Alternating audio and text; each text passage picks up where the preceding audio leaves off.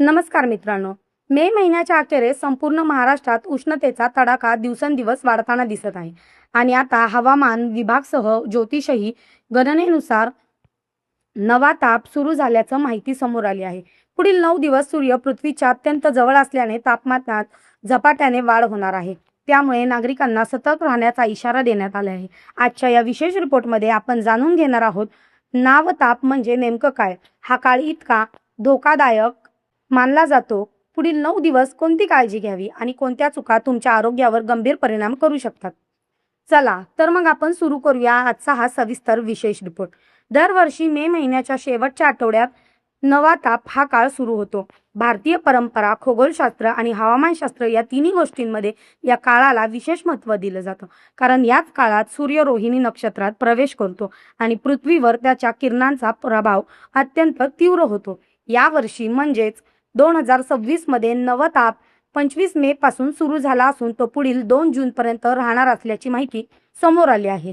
या काळात सलग 9 दिवस तापमान सर्वाधिक वाढतं. दुपारच्या वेळी रस्ते अक्षरशः तापलेल्या तव्याप्रमाणे गरम होतात आणि उष्ण वाऱ्यांमुळे बाहेर पडणंही कठीण होतं. तज्ज्ञांच्या मते सूर्य जेव्हा रोहिणी नक्षत्रात प्रवेश करतो तेव्हा पृथ्वीवरील उष्णतेचा प्रभाव अत्यंत तीव्र बनतो. पहिले 9 दिवस सर्वाधिक धोकादायक मानले जातात कारण या दिवसात सूर्यकिरण थेट शरीरावर परिणाम करतात. सध्या अनेक भागांमध्ये तापमान 40 ते 45 अंश सेल्सिअसच्या पुढे जात असल्याचं दिसून येत आहे. विशेषतः विदर्भ, मराठा, मध्य महाराष्ट्र आणि काही शहरांमध्ये उष्णतेची लाट अधिक तीव्र होण्याची शक्यता व्यक्त केली जात आहे.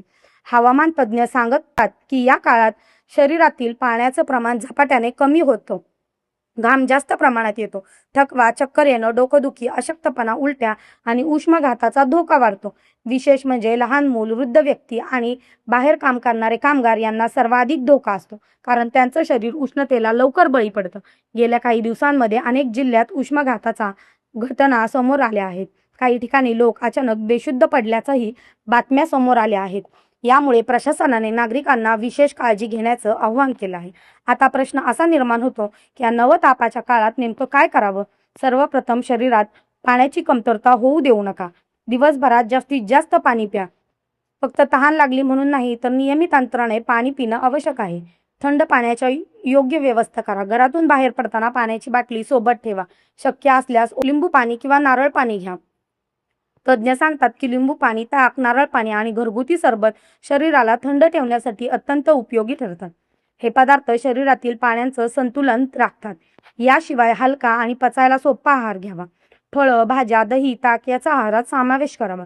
जड आणि तेलकट पदार्थ टाळावेत. दुपारच्या तीव्र उन्हात बाहेर जाणं शक्यतो टाळावं. विशेषतः दुपारी 12 ते 4 या वेळेत सूर्यप्रकाश सर्वाधिक तीव्र असतो. या काळात बाहेर पडल्यास उष्माघाताचा धोका अनेक पटीने वाढतो. अत्यावश्यक काम असेल तर डोक्यावर टोपी, गमछा किंवा छत्री वापरण्याचा सल्ला दिला जात आहे. पूर्ण बाह्यांचे कपडे घालावेत आणि हलक्या रंगाचे कपडे वापरावेत. गावागावांमध्ये अनेक सामाजिक संस्था आता पानपोया सुरू करताना दिसत आहेत. रस्त्यावर थंड पाण्याची व्यवस्था केली जात आहे. काही ठिकाणी सूप, ताक आणि सरबत वाटपही सुरू आहे. भारतीय संस्कृती या काळात दान करण्यालाही विशेष महत्त्व आहे. सूत, घडा, पंखा, छत्री आणि थंड पाण्याचं दान केल्याने पुण्य मिळतं अशी मान्यता आहे. आता जाणून घेऊया या काळात काय टाळावे. सर्वात महत्त्वाचं म्हणजे दुपारच्या उन्हात विनाकारण फिरणं टाळा. उन्हात दीर्घकाळ उभं राहणं शरीरासाठी धोकादायक ठरू शकतं. मसालेदार, तळलेले आणि जड पदार्थ टाळावेत कारण हे पदार्थ शरीराचे तापमान वाढवतात. यामुळे पचनावर परिणाम होतो आणि शरीर अधिक गरम होतं. शिळं अन्न टाळा. उन्हाळ्यात अन्न लवकर खराब होतं, त्यामुळे फूड पॉयझनिंग धोका वाढतो. मांसाहार आणि अतितिखट पदार्थांचे सेवन कमी करावं असा सल्ला डॉक्टर देत आहेत कारण हे पदार्थ शरीरात उष्णता वाढवतात. दारू आणि जास्त कॅफेन असलेले पेय टाळण्याचेही आवाहन करण्यात आले आहे कारण यामुळे शरीरातील पाण्याचं प्रमाण कमी होतं.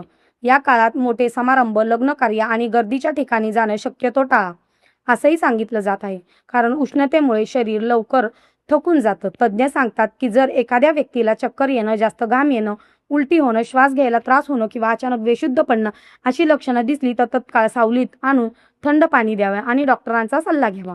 उष्माघात हा साधा आजार नाही. वेळेवर उपचार न झाल्यास तो जीवघेणाही ठरू शकतो. दरम्यान हवामान खात्याने पुढील काही दिवसात तापमान आणखीन वाढण्याचा अंदाज व्यक्त केला आहे. काही भागांमध्ये उष्णतेची लाट कायम राहण्याची शक्यता आहे.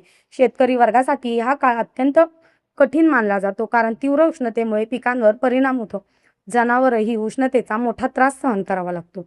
यामुळे शेतकऱ्यांनी जनावरांसाठी सावली आणि पुरेशा पाण्याची व्यवस्था करण्याचं आवाहन करण्यात आलं आहे.